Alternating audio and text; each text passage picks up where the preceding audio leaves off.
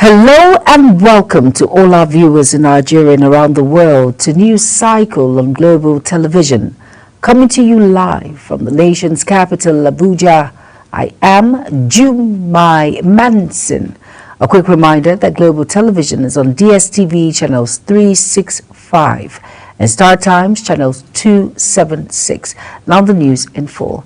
Following the presumed judgment by the Abuja Federal High Court ordering the embattled Senator Natasha Akpoti-Uduaghan to access the National Assembly, the senator has made frantic efforts to gain entrance to the premises.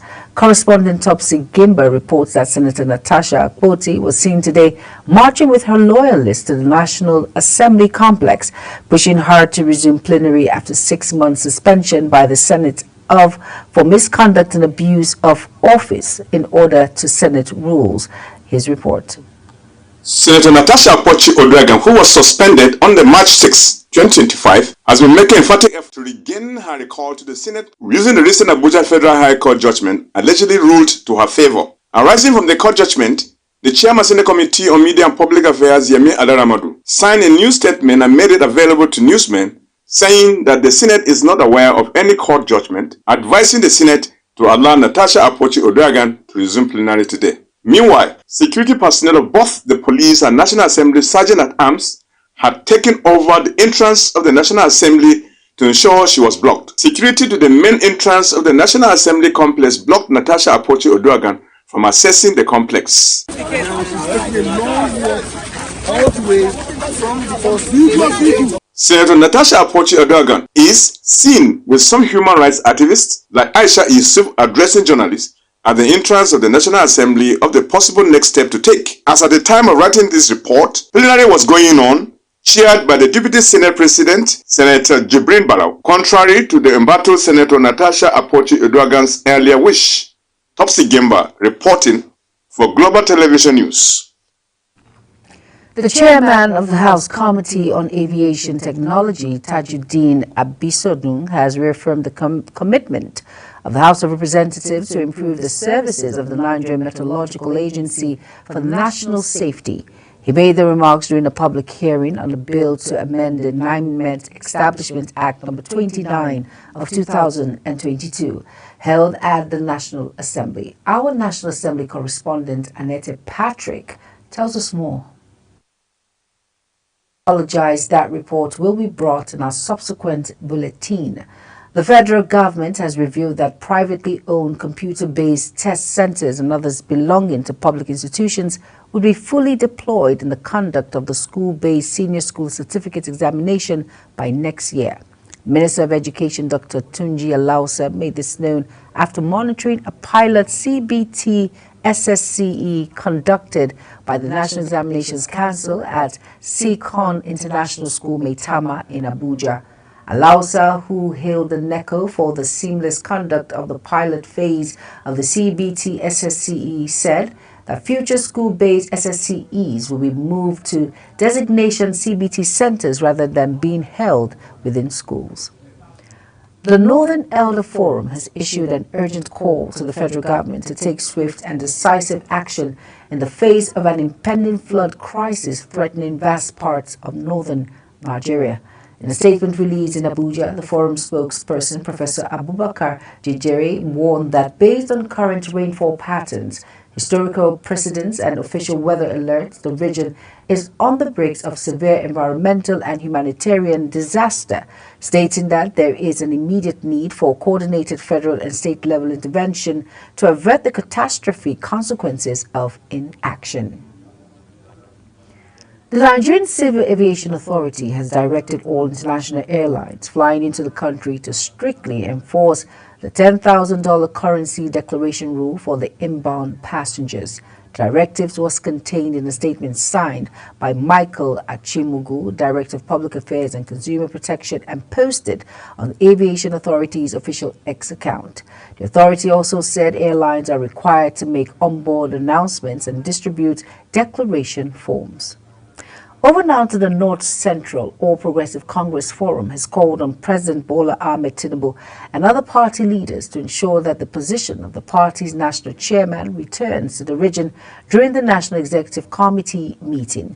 The appeal was made in a statement signed by the forum's chairman Saleh Zagzaga at the National Executive Council meeting scheduled for July 24th.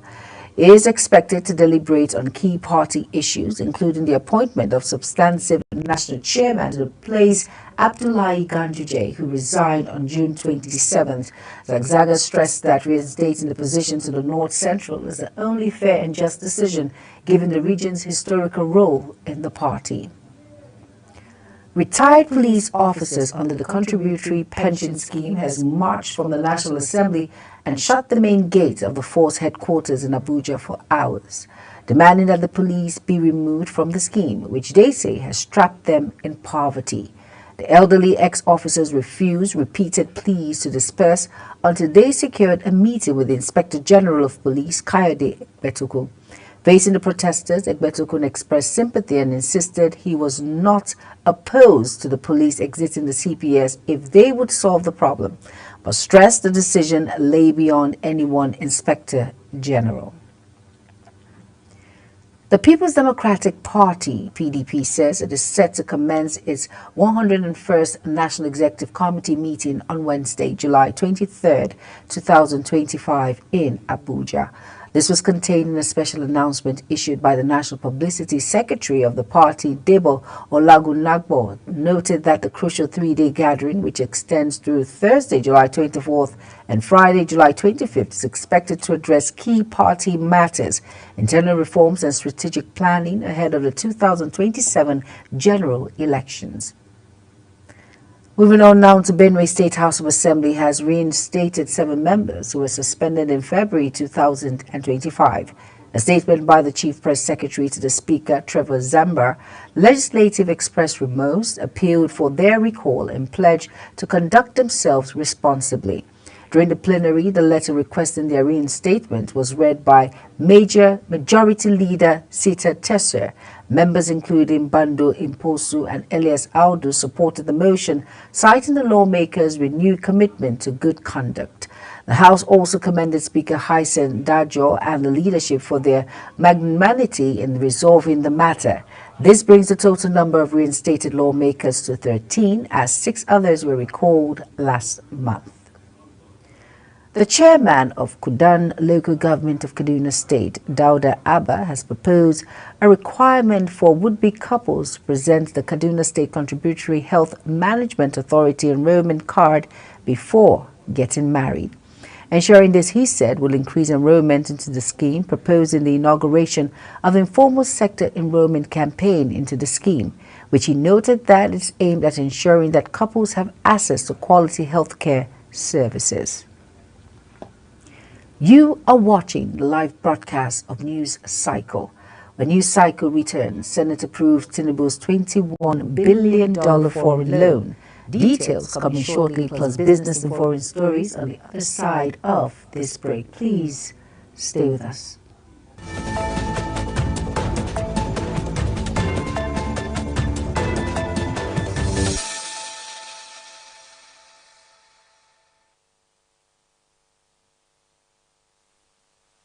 You're welcome back, and if you're just tuning in, this is News Cycle on Global Television. Thank you for staying with us.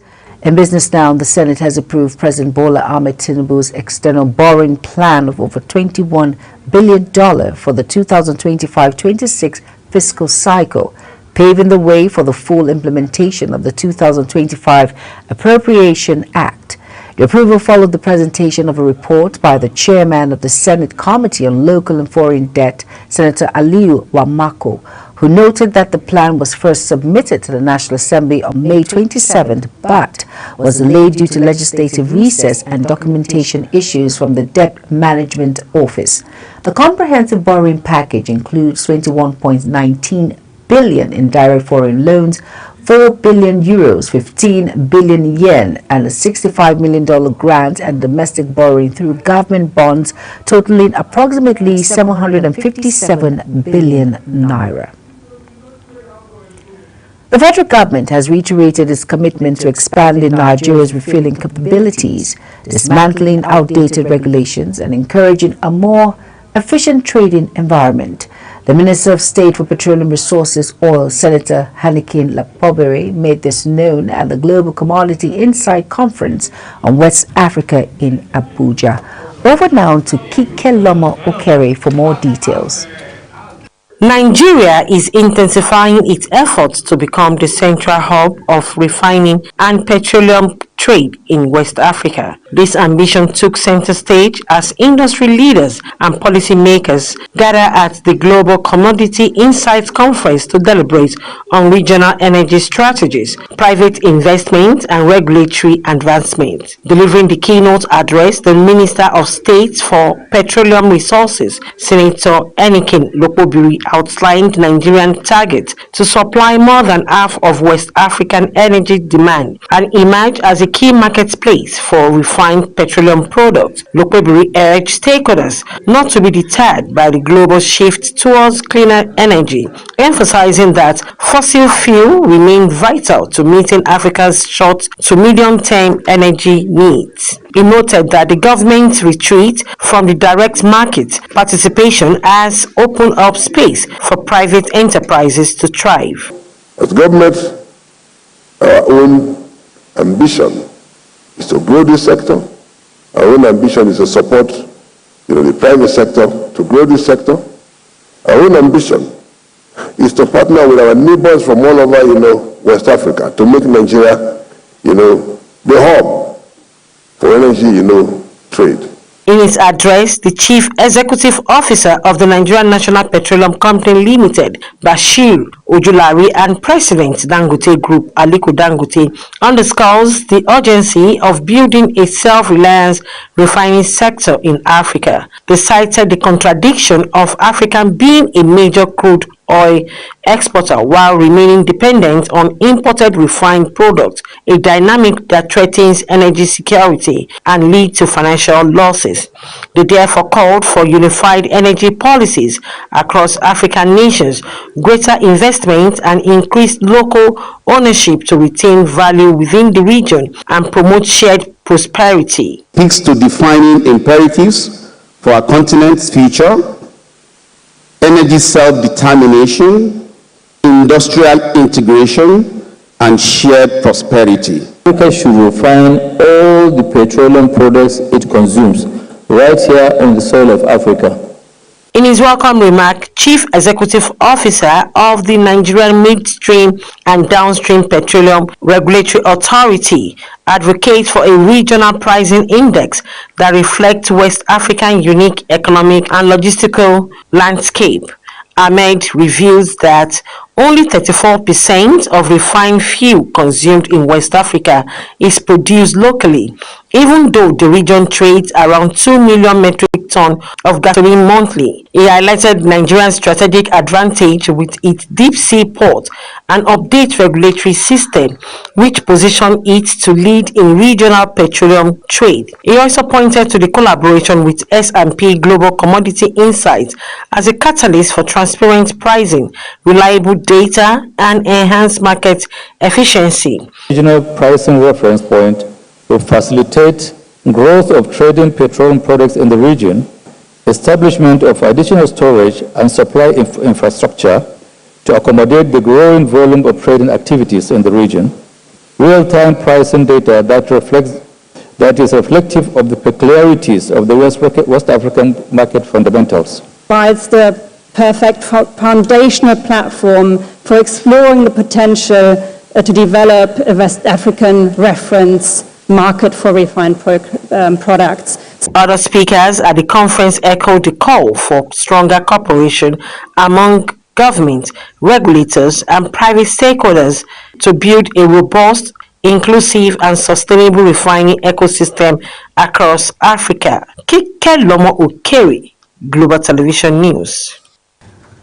The Central Bank of Nigeria, CBN, has announced the retention of the monetary policy rate, MPR, at 27.5% following the conclusion of its 301st Monetary Policy Committee.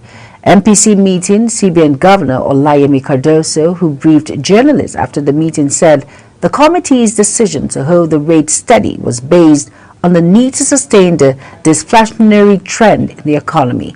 Cardoso stated that maintaining the current policy stance, it will continue to address existing and emerging inflationary pressure. On the foreign scene now, as the humanitarian crisis deepens in Gaza, the United Kingdom's Foreign Secretary David Lammy has issued a scorching condemnation of Israel's military conduct and humanitarian policies, calling for an immediate ceasefire.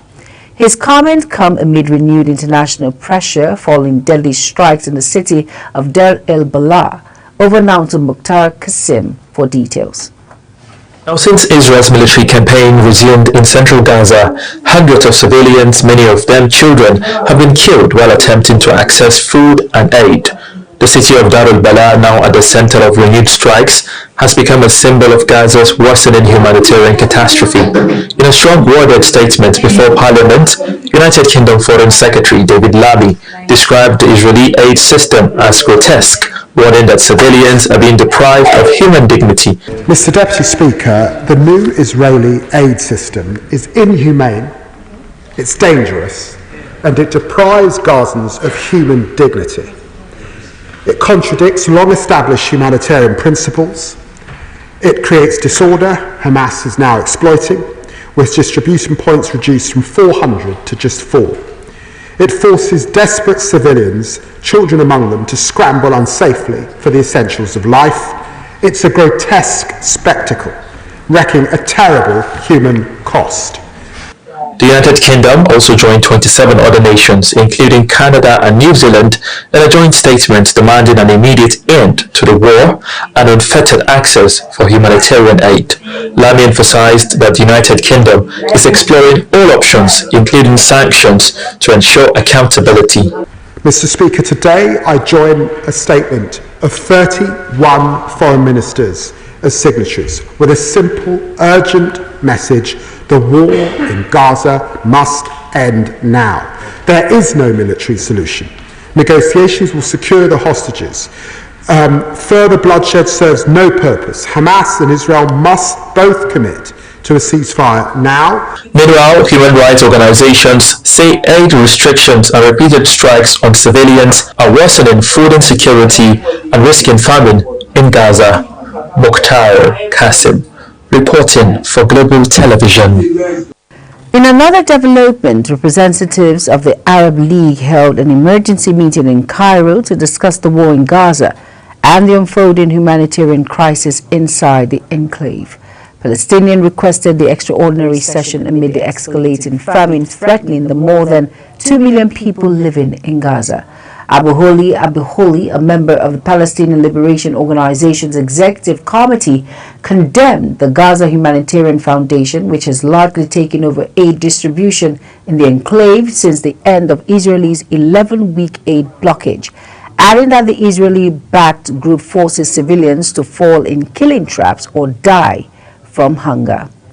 In sports now, Arsenal are set to complete the signing of Swedish striker Victor Gyökeres from Sporting Lisbon, following a full verbal agreement between all parties involved. Fabrizio Romano confirmed the deal, citing Victor Gyökeres to Arsenal have, here we go, verbal agreement in place between all parties involved. Romano said Sporting have accepted Arsenal's final bid of €63.5 million plus an additional €10 million in add-ons. Nigerian Premier Football League NPFL top scorer Anas Yusuf has agreed a move to Tanzanian side Tabora United. Yusuf would join Tabora United from Nasarawa United. The 27-year-old was the top scorer in the Nigeria Premier Football League last season with 18 goals.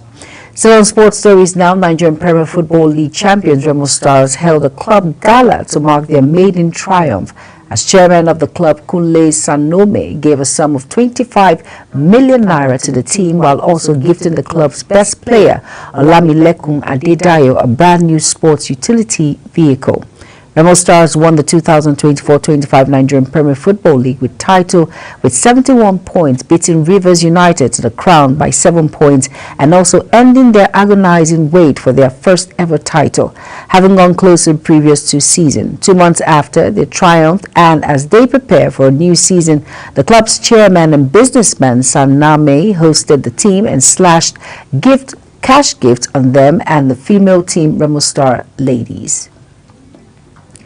That's it on Global TV News Cycle. A quick reminder that Global TV is on DSTV channel 365 and Star Times channel 276. Kindly follow us across all social media platforms now showing on your screen by using @Global TV NG. I am Jumai Manson. Thank you for watching. Good evening.